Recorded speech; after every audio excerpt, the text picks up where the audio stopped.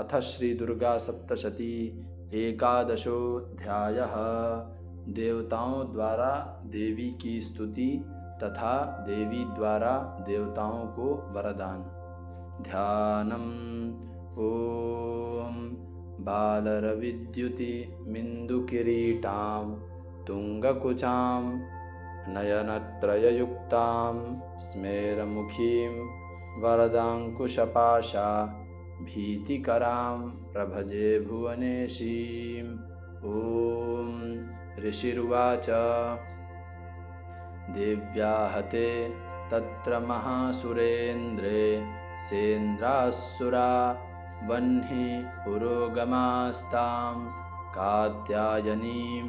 तुष्टुवुरिष्टलाभाद् विकाशिवक्त्राब्ज विकाशिताशाः। देवी प्रपन्नार्तिहरे प्रसीद प्रसीद मातर्जगतोऽखिलस्य प्रसीद विश्वेश्वरी पाहि विश्वं त्वमीश्वरी देवी चराचरस्य आधारभूता जगतस्त्वमेका महीस्वरूपेण यतस्थितासि अपां स्वरूपस्थितया त्वयैतत् दाप्यायते कृत्स्नमलङ्घवीर्ये त्वं वैष्णवी शक्तिरनन्तवीर्या विश्वस्य बीजं परमासि माया सम्मोहितं देवि समस्तमेतत् त्वं वै प्रसन्ना भुवि मुक्तिहेतुः विद्याः समस्तास्तव देवि भेदाः स्त्रियः समस्ताः सकला जगत्सु त्वयैकया पूरितमम्बयैतत् का ते स्तुतिस्तव्यपरा परोक्तिः सर्वभूता यदा देवी स्वर्गमुक्तिप्रदायिनी त्वं स्तुता स्तुतये का वा भवन्तु परमोक्तयः। सर्वस्य बुद्धिरूपेण जनस्य हृदि संस्थिते स्वर्गापवर्गदे देवी नारायणी नमोऽस्तुते कलाकाष्ठादिरूपेण परिणामप्रदायिनी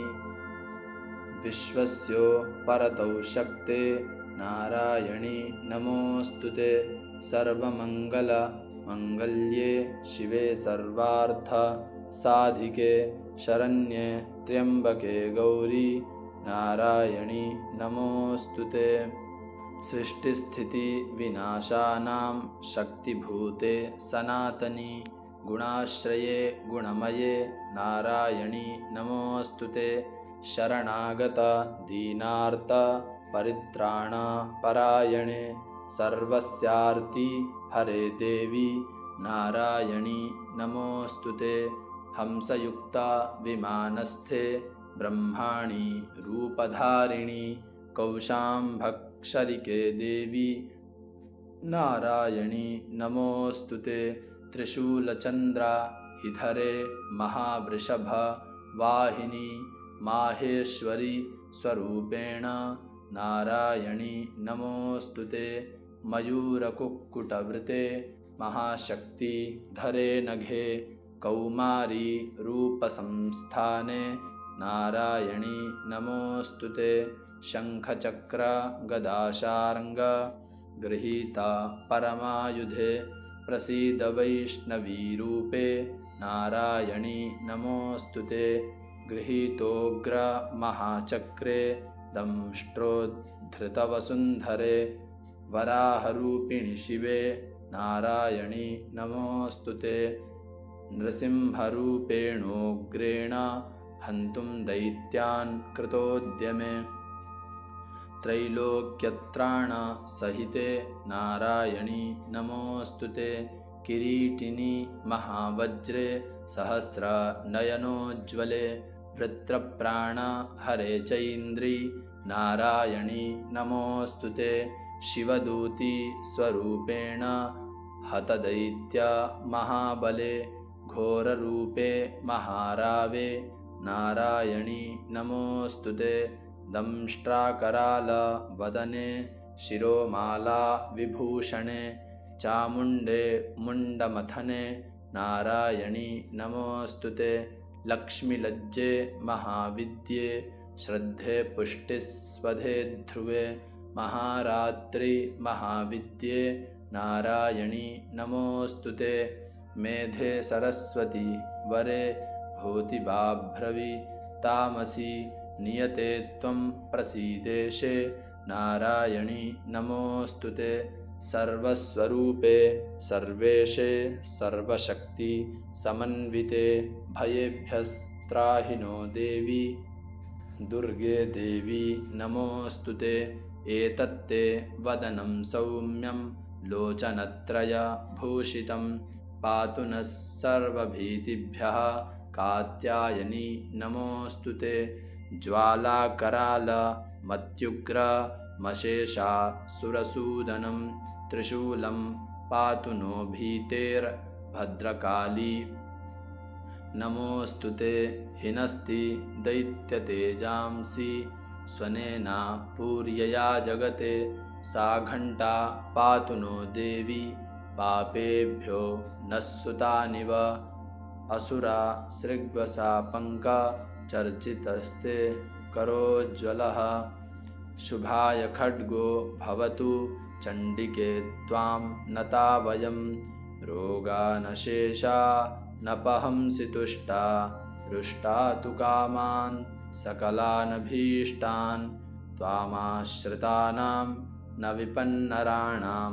त्वामाश्रितां ह्याश्रयतां प्रयान्ति एतत्कृतं यत् कदनं त्वयाद्य धर्मद्विषां देवी महासुराणां रूपैरनेकैर्बहुधात्ममूर्तिं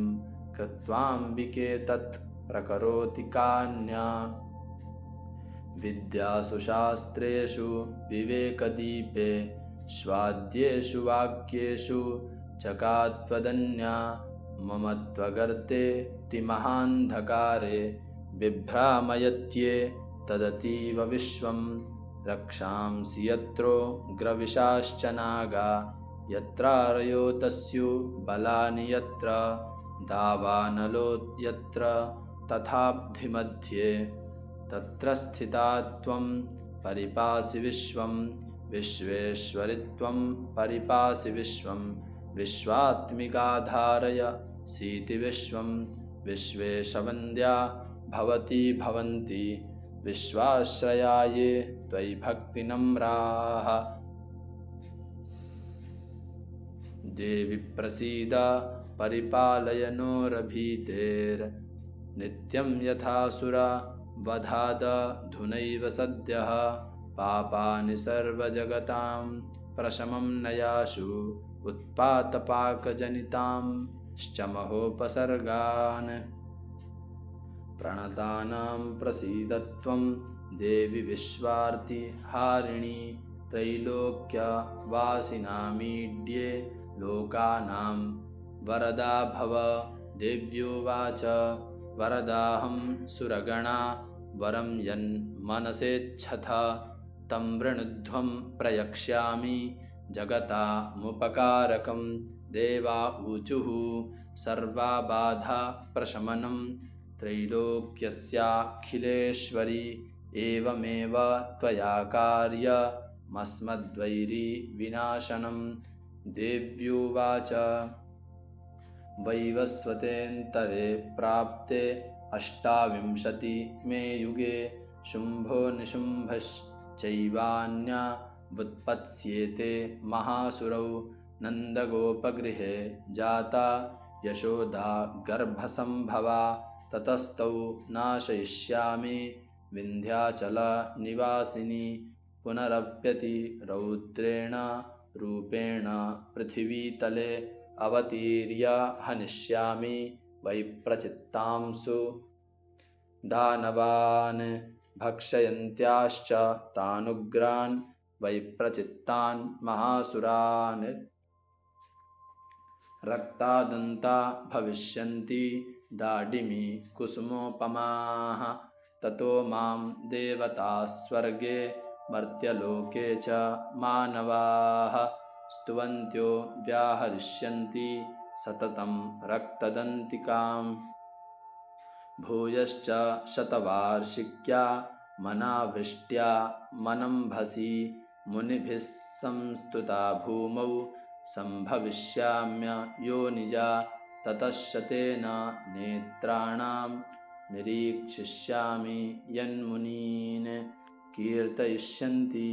मनुजाः शताक्षी मिति मां ततः ततोऽहमखिलं लोकमात्मदेह समुद्भवैः भरिष्यामि सुराशाकैरावृष्टेः प्राणधारकैः शाकम्भरीति विख्यातिं